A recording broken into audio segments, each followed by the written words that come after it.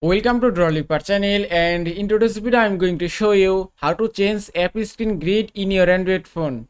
Today I will show you two methods that you can use to change app screen grid in your phone. Now for the first method, just go to app screen, then tap on three dots at the top right corner of your display, then go to settings option.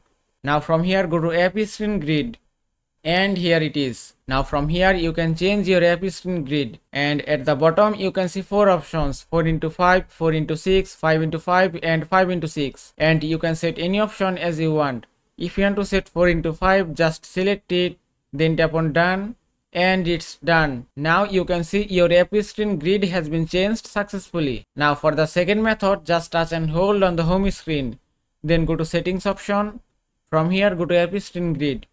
And that's it. You can also change your app screen grid from here. And that is how you can change app screen grid in your Android phone. I hope this video was helpful. If it was, please give it a thumbs up and don't forget to subscribe.